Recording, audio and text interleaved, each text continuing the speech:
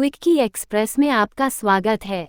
आज की कहानी है शेख चिल्ली की कहानी, ख्याली जलेबी। एक बार एक बुजुर्ग महिला किसी काम से कहीं जा रही थी। तभी सड़क पार करते हुए एक वाहन से उसकी टक्कर हो गई। गाड़ी के टकराने से महिला बेहोश होकर नीचे गिर गई और वाहन चालक मौके से फरार हो गया।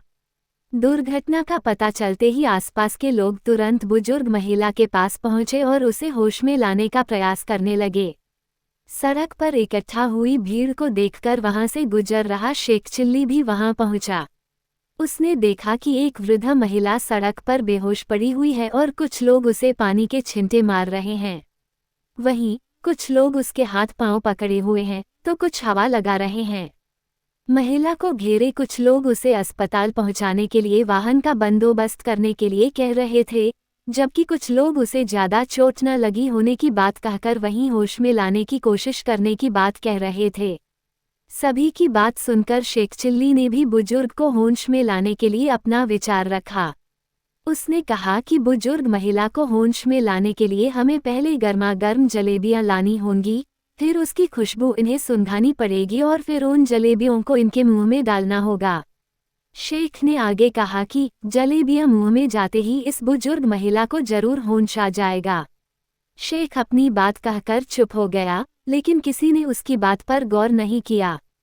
वहीं दूसरी ओर बेहोशी का नाटक करने वाली उस बुजुर्ग महिला ने शेख की बात सुन ली थी।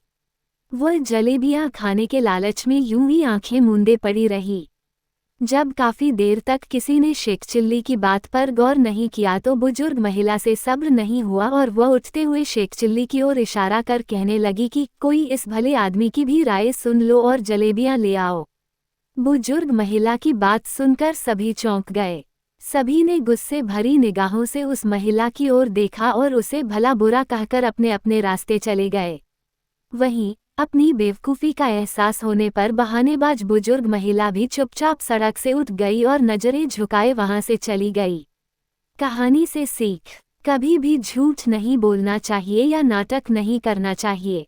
ऐसा करने से हमेशा दूसरों से तिरस्कार ही मिलता है। सुनने के लिए धन्यवाद। मेरा चैनल सब्सक्राइब करें, लाइक और शेयर भी करें। धन्यवाद।